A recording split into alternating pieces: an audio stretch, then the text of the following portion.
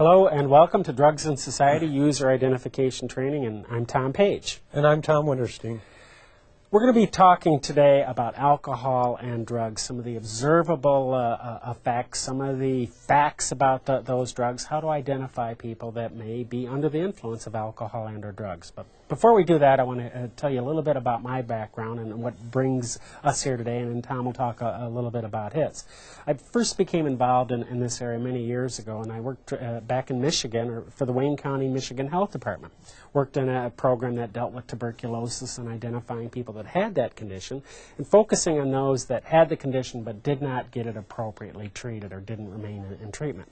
And what we found back then, and the same thing I think is true today, is that many people that had that condition, the reason that they didn't get it appropriately treated was almost always because of alcohol and or drug involvement. And so I had to develop some expertise in identifying people that had alcohol and drug problems, and on a routine daily basis would encounter people that were under the influence, were going through withdrawal, had overdosed, and so forth.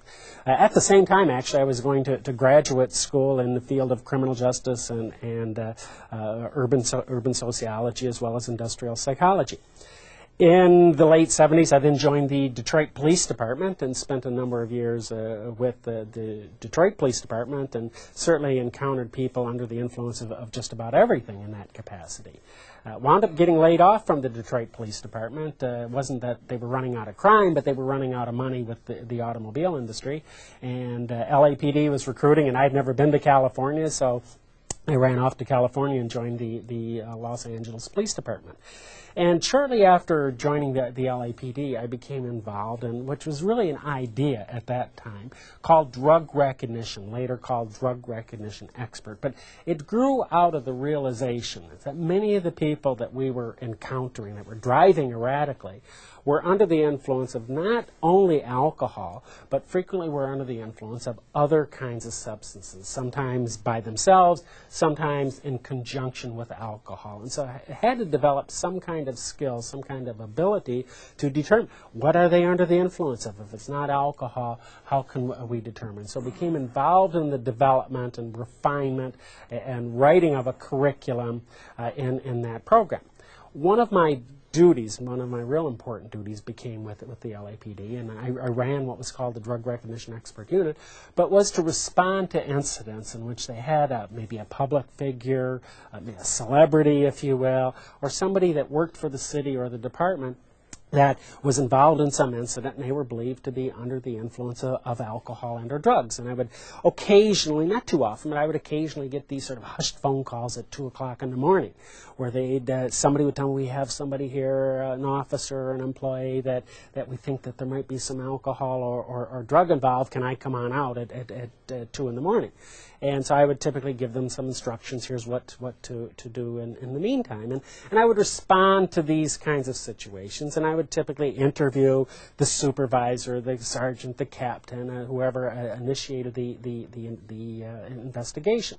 And a couple things really struck me that were very consistent in these investigations. And one of the big things is that people responded or took action when there was a crisis. There was something big, something major had occurred that caused somebody to take action, and part of the action was calling me out. And I would interview them and talk to them, and I would say, well, what kind of an employee was this person? And the typical response, this is a great employee, wonderful employee. We were just so shocked. We can't believe that this great employee just all of a sudden showed up to work under the influence of drugs, for instance. And I'd start to do some digging and some interviewing. Well, they're a great employee. What was their attendance like? And I would frequently hear things, well, this last month, a couple of days, they just didn't show up. We had to send somebody out to their house to wake them up in the middle of the day. Why are they working inside rather than out on the street? Well, they were having some personality clashes with their partner. Has their physical appearance changed? Well, they've lost a lot of weight, but they're going through a divorce. And started looking at all of these other factors. And I remember one the captain in particular said, wow, we should have known. We saw all of these things and we explained them away. And that's a very important part of what this training is about, is that we typically take action when there's a crisis. However, if we look at those other signs early and we take action early, the better it's going to be for everybody. That's a basic rule. earlier we take action, the better. The better for whom? The better for the person. You know, the more that they have to lose, the more chance that they're going to get help. The better for the supervisor, rather than responding to the crisis, but taking action earlier. Better for even the co-workers. Better for the family. It's better all the way around. So that's one of the things we want to focus on here today. So we started seeing applications of this drug recognition technology, if you will, to drugs in the workplace, and started developing some training programs with that. At which time started working with Tom. Yes. I was a sergeant with the New York State Police, technical sergeant, and I had the proper alcohol background to get into the drug recognition expert program that was developed out in L.A. And I got involved in that program, and that's where I met Tom. And through him, after we got involved, I came back here and was doing the program here in New York. And I knew that Tom Page and Pat Prince had started their own business. And Tommy had showed up here and says, "Hey, would you like to join us?" And I said, "Sure." And I ended up joining Prince & Page Consulting. And Pat Prince is the Assistant Director of an Employee Assistance Program. And essentially what they've done is taken the concept from law enforcement of identification, combined it with Employee Assistance Program protocol, and developed a program that I became very interested in and said, yes, I'd love to join you. And unfortunately, here I am. So you can see there's a little bit of law enforcement and some of the background on what are the signs and symptoms, how to identify people, but also how to take action, how to get people to do sometimes what they don't want to do, along with the psychological aspects. And thank Tom for mentioning Pat Prince, coming from more of a psychology background, knowing something about law enforcement, where I came more from a law enforcement background but knew something about psychology. And so we merged those kinds of things together. So that's a little background about where all of this comes from. So let's talk about some of the objectives, which means roll the PowerPoint. Some of the objectives, and again, this is an accelerated program, but we will be talking about the drugs of abuse. Those are what we're going to be focusing on, and I think that you'll walk away with understanding them, that there's only certain kinds of drugs that are abused. We're not talking about aspirin, we're not talking about antibiotics. There are literally thousands and thousands of drugs, but only certain ones are going to be abused. You will end up with reliable identification procedures and strategies for effective intervention. I think also that you'll develop some insight into current situations involving the so-called problem employee. In fact, I think whenever I've been involved with this kind of training, somebody thinks back, well, you know, we had this person that everybody suspected something, but we couldn't put our finger on. And that's sort of an underlying theme also, is that trust your judgment. You might not know exactly what the cause is, but you know who the good workers are. You know who the problem employees are. So trust your judgment. We will be building on that. There will be a completion of a drug sign and symptom chart in the elongated program, if you would.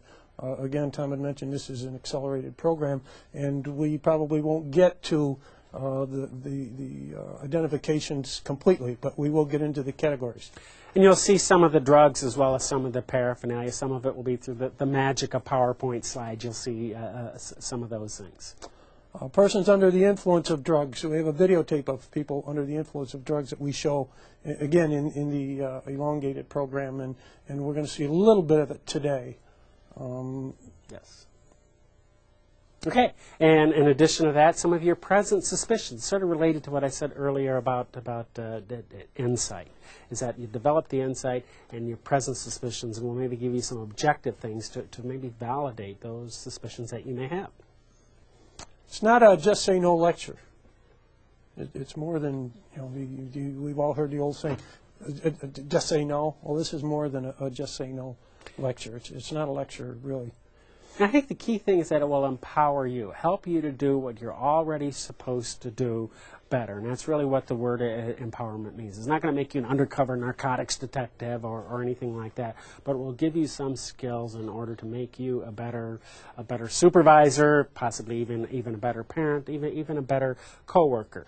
And to take action, and that's actually doing something with the training within what is called the reasonable suspicion standard. And even though this is about drugs, we're not going to really be talking about, say, random drug testing or pre-employment drug testing testing that in fact, many of you, and I've had to go through it myself, undergone. But we're talking about taking action based on very specific and articulable facts or evidence that say, wait a minute, something's wrong here. I believe this person may be under the influence, may have an alcohol and or drug issue. And so that's why we're focusing on those specific articulable facts or evidence. And we're not adding anything to the job that you already have as supervisors. These are things that you should be doing, will be probably do anyways. So it's not adding a new job to your current position.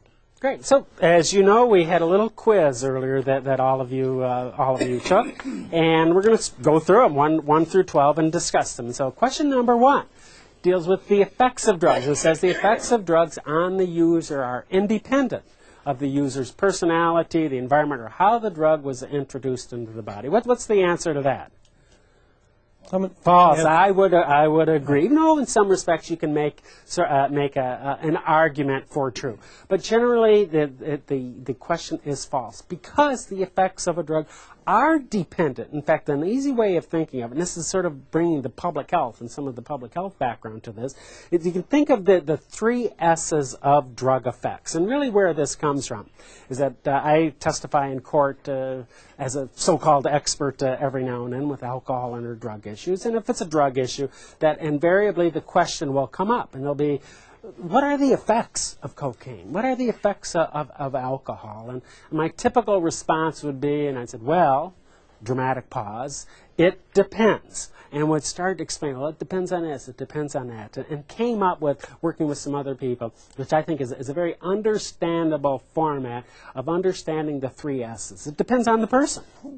Okay, it depends on the drug itself, so it depends on the substance, it depends on the subject, and it also depends on the setting. And I guess I'm doing this because setting means physical environment. It also means a psychological environment, which can be actually controlled or created by a supervisor. For instance, where you're going to confront somebody, that sort of setting the mood, setting the stage, if you will. So let's talk a little bit about those 3 S's, and I think that this is the key question. If you understand these 3 S's, you really do understand, I think, the effects of alcohol and or drugs. And whenever you think of a drug, well, what are the effects of ecstasy, for instance?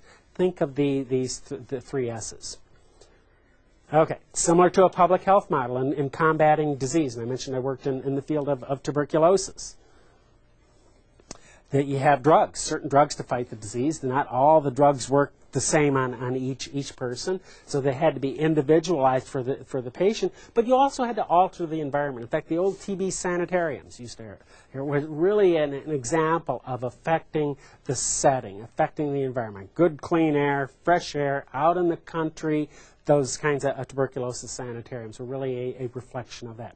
So let's talk about some of the things with that first S, and that's the substance itself. Pertaining to the drug itself, not only the drug itself, but how the drug is used. And by that I'm referring to how the drug is taken into the body. And this little picture that you're seeing here sort of demonstrates that we're not just talking about injectable drugs or smoke drugs or illegal drugs. We're also talking about legal drugs that may in fact be misused if not abused. In public health terms, the substance would be the agent. Okay, so a little bit more about the substance is that think of alcohol as an example. If you're somebody lands from Mars or Buffalo or something like that and says, oh, I've never heard of this alcohol. What are the effects of alcohol? One of the first things you're going to want to say, well, how much alcohol are we talking about? Are we talking about a glass of wine or are we talking about a 1/5 of tequila? The effects can be dramatically different depending on the dose. The same thing is true with drugs. So the dose, therapeutic dose is one thing, and abused dose may be another thing. The purity or the quality, think of like proof. 12-ounce glass of beer compared to a 12-ounce glass of tequila. Same quantity, if you will, except what's going to have a much greater effect? The 12-ounce glass of tequila. And in one way you could say it's pure, it certainly is more potent. Method of administration really refers to how the substance is taken into the body. Now, alcohol, there are other ways, but the typical way is it's taken in through ingestion. So you drink it.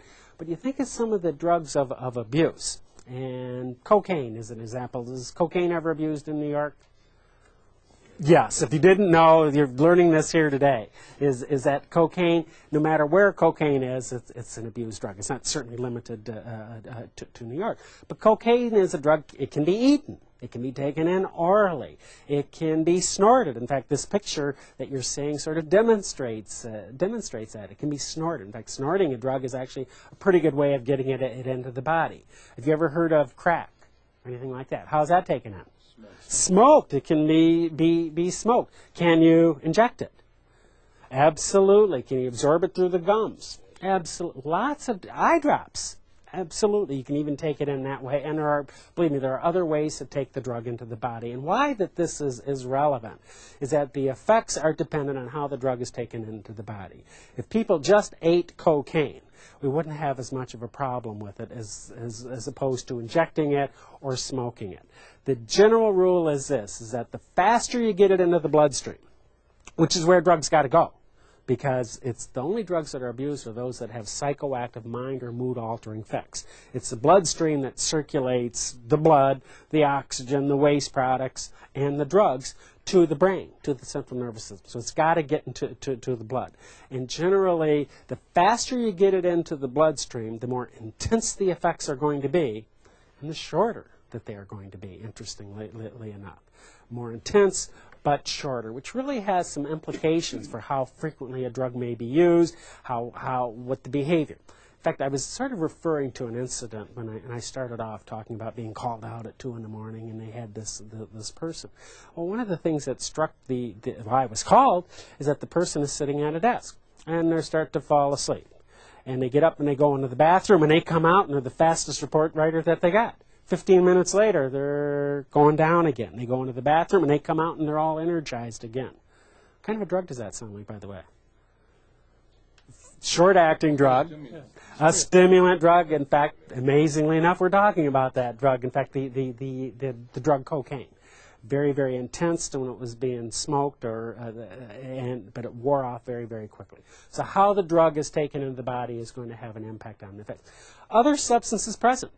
I didn't coin this term, but a friend of mine, a toxicologist, did, and he said one day, he said, you know, Tom, that's my name, he said, today's drug users are pharmacologically promiscuous. I said, I never thought of it like that, but what he was saying is that multiple drug use is basically the rule. Not always, but in terms of particularly the illicit drugs, it's multiple drugs, sometimes together at the same time, some one after the other. So those are some of the factors dealing with the drug itself. Then we have the subject itself. And again, given a public health model, okay, this is the suspect. That S also fits with that if it's in a criminal justice kind of a situation. This is the user, the consumer of the substance. And in public health terminology, whereas the drug itself was the agent, this is in fact the host. This is who the drug is given to. So let's talk about some of the factors with the subject. And again, I'll somewhat use the alcohol model. And alcohol it's a blessing, as some of you might know, but it's also a curse in terms of understanding drugs. Size, blood volume. If alcohol is an example. If two people, one say 200 pounds and another person say 100 pounds, both drink a glass of beer, who has a bigger blood supply? The larger person. They have more of a blood supply, and so that given amount of alcohol is actually more diluted in the blood. So the effects are going to be greater on who? The smaller person. It's similar if you had a pitcher of water and you had a cup of water and you put the same sugar cube. I don't think we get sugar cubes in the United States. You can get sugar cubes. Canada still has sugar cubes. But you put the same sugar cube in each one of those, is that the cup is going to be a lot sweeter. It's more concentrated than in the larger pitcher. So size of a person is going to have an impact.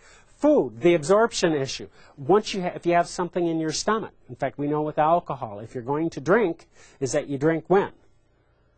After eating, or you eat at the same time. It's going to slow down the absorption. Not only slow down, help some of it burn off.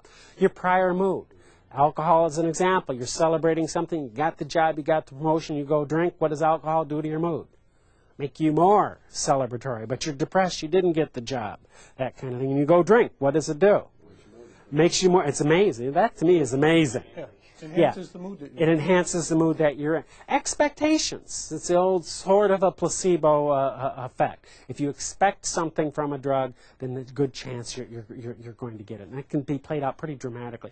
The big T, tolerance. Tolerance, I guess socially it's a good thing. Pharmacologically it can be a very different thing. Is that you typically, tolerance means is that you're less affected at a given dose than you were if you weren't tolerant. You typically gain tolerance by what?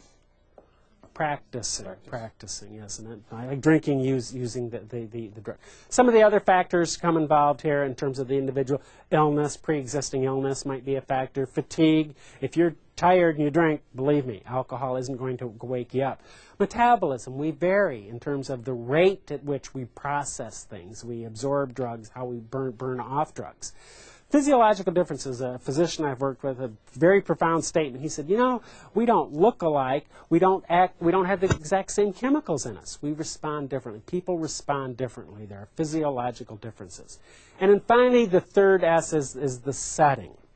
And that's, again, the environmental factors, the physical environment, which can be very important in a confrontation, psychological environment, and it includes changes over time. It's like this dynamic environment. And what this change is referred to is that you might see a person at one point, maybe out in the field, they could look very, very different if they're in a controlled kind of an environment, such as in an office. And I really think in terms of understanding drugs, its significance is really underappreciated for lots of different reasons. Okay, some more things about setting. Physical environment, controlled versus field, I mentioned that. Time, when a substance is used. And for instance, I'm asked about what are the effects of cocaine. Gave you an example earlier. Well, does it make you drowsy, tired, or does it make you alert and wired? Well, it depends on when they took the drug as opposed to when I am seeing them. And again, they can change over time. Is that they could be real wired one moment, 15 minutes later the drug wears off, and they could be very much the opposite effects. Some other things about important, if we're looking at studies that have looked at drugs and the effects of drugs, it's important in assessing some of the studies. For instance, it might say marijuana isn't that impairing. We need to look at the whole context of the study. The task itself, what might be impairing for one task, for a complex task such as driving, such as operating machinery, may not be impairing for another kind of a task. And it also is dependent on the person making the assessment. The skilled supervisor, the skilled, experienced doctor. They don't have to weigh you before they decide, you know, you probably got the flu. You didn't get the flu shot, you got a runny nose, and you're complaining of muscle aches. Probably don't have to put you on the scale to see what your weight is. That they've had that experience. They've had a certain demeanor in order to make those determinations. Okay, some examples of settings impact. White coat hypertension is one of my favorite conditions, I guess, because what that refers to is that frequently when you go to the doctor's office to have your blood pressure taken, generally by the nurse, not the doctor, that very stress of having it taken by people with white coats tends to drive it up. Those of you military, law enforcement, or other places that have had to have physicals, it's very common. There's go sit down in the room and relax, and we'll come back and take your blood pressure in a little bit. Just the fact of the white coat. Contest-dependent testosterone. There have been studies on this. This side of the room, they're a big fan of, I don't know, who won the Super Bowl this last year? Tampa Bay. They're big fans of Tampa Bay. And the other side, they're fans of the Oakland team. And they hook them up to these, taking their blood, and they're looking at their testosterone. And what they have found is that the winning team's fans, they've only done this on men, but I assume there'll be some with women, is that the winning team's fan, at least for a period of time after the game, their testosterone level goes up. The losing fans, the losing team's fan, their testosterone level actually goes down. In fact, what has sort of become a tradition in many sporting events, that the winning fans, what they're cheering, the testosterone is up, what else are they doing? Drinking at the same time, and then that leads to all sorts of different things. Outdoor temperature and cocaine overdoses, an example of setting. 80 degrees outside, the number of cocaine overdoses tends to go up. So the outdoor has an impact on the drug itself. And consequences or lack of it in studies, and again, I'm sort of referring to this and sort of looking at studies. Some of the example of the impact of setting, very, very critical. And really, if we look then at the effects of drug, think of any drug, what are the effects? Well, it's really an interplay. the substance itself and all the different factors, the user, people are different, as well as the setting, the period of time, and so forth. Very, very important question. We spend more time on that because it's critical, I think, to the understanding of it. And one of the reasons the overdoses for cocaine in July, as Tom mentioned, is it's hot out. And the drug is a stimulant, gets the internal clock going, gets everything going. Your pulse, blood pressure, and temperature, everything is elevated. So internally you become warm, and then it's hot out, and that's part of the reason. Let's mix them together. What's going on inside is exhibited on the outside. Okay.